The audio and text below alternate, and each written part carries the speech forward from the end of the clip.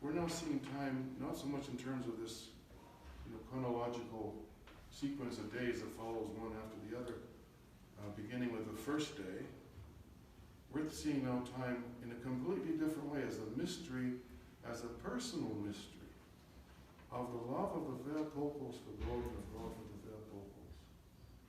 It's a complete, I can see it, but I don't know that my mind is, I don't know that I can get my mind wrapped around it yet, such that I don't know that I can articulate it. I'm trying to articulate what I think I see, and I find it very difficult because it's completely different.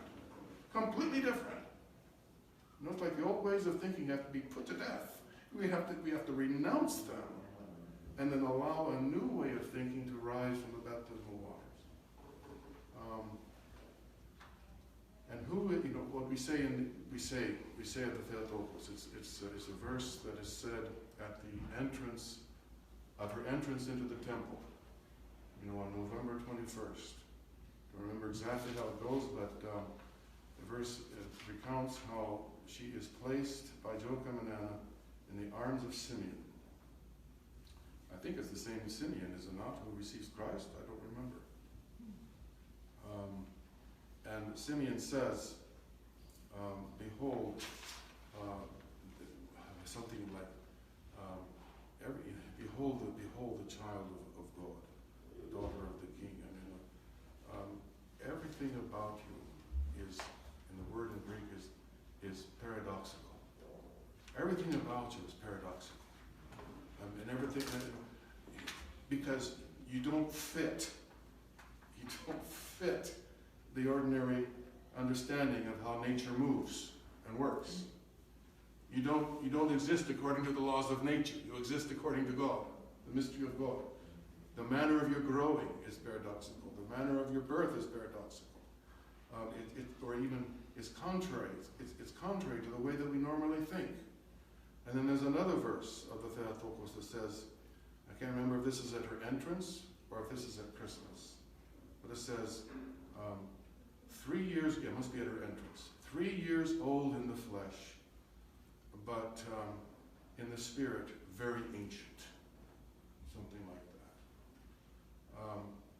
I don't understand all of this at all. I don't understand it. I don't pretend to comprehend it and to tell you what it means. I'm simply presenting it to you, for you to marvel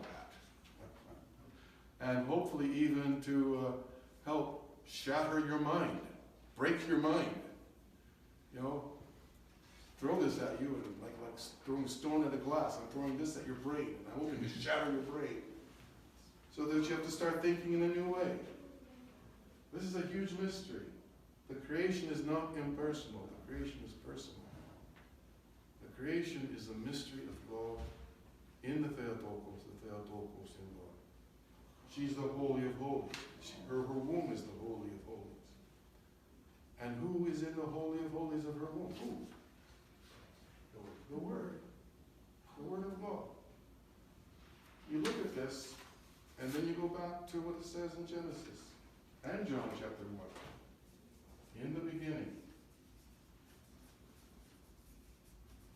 Now suddenly, we do not understand beginning in terms of the first point in a chronological sequence, but whether we see the beginning as a point, or even at that in which everything comes into being.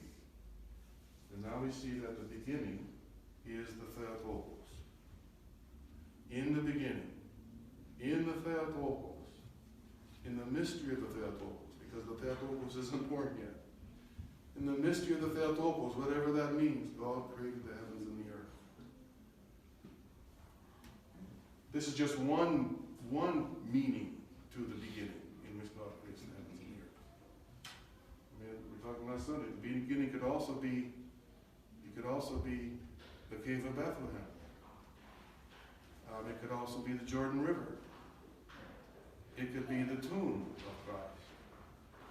And finally, the beginning could be you and me.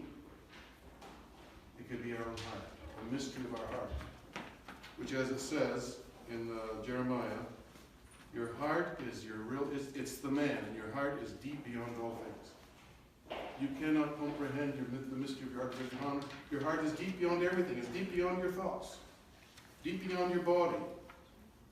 It's deep, and it opens onto the mystery of God. So that your own heart is the beginning, the mystery in which God creates the heavens and the earth. I probably have some of these nuances incorrect, because I'm just beginning to see all of this, and it hasn't quite matured. Let's get somebody from Mount Athos in here, and he'll probably correct a number of things, but this is something to think about. All right, rejoice with you. Okay, well, we'll have to stop there. But for now, I'm going to just point out a couple of things that you can, if you're going to throw this bulletin away, then give it back to me, because we want these for next Sunday. If you don't think you're going to do anything with them, but you think you might be here next Sunday, you can either give them to me or just leave them here so that you have them ready to hand next Sunday.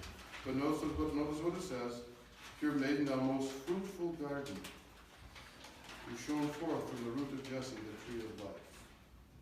That clearly is associating her with the Garden of Eden. Somehow she's the mystery of Eden. Rejoice, O most precious robe of purple, bride of God, the King of heaven. This is perhaps what caught me because of this morning's gospel. Remember, the rich man is clothed in purple. Well, you hear it in the sermon as to what I think that means. So you have to come to the divine liturgy and listen to this sermon. He doesn't have a name. He doesn't have a name, but he's clothed in purple. All right, well, we'll continue to think about this next Sunday.